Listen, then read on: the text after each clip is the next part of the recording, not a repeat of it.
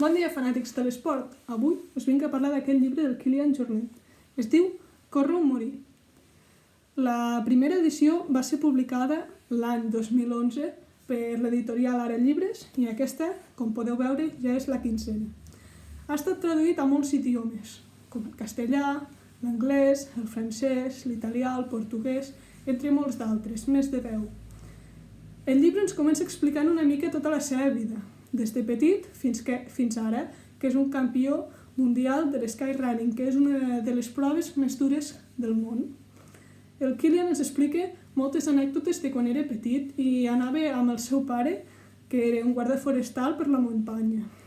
Ens va explicant totes les seves històries, quan anava en bicicleta, tot tipus d'històries, i després ja ens comença a explicar la seva vida més professional, quan es proposa molts objectius i acaba fulminant tots els rècords de pujar cims. I hi ha un moment, quan té 25 anys, que li agafa una forta depressió, ja que ha complert tots els seus objectius i es queda estancat. Es crea la seva pròpia bombolla, però després se n'en surt posant-se uns propis objectius. Aquests objectius estan tots escrits al Sunset of My Life, que si voleu que us parli d'ell ho podeu deixar als comentaris. I personalment aquest llibre a mi m'ha agradat molt. M'agrada molt com el Kilian exposa els seus sentiments.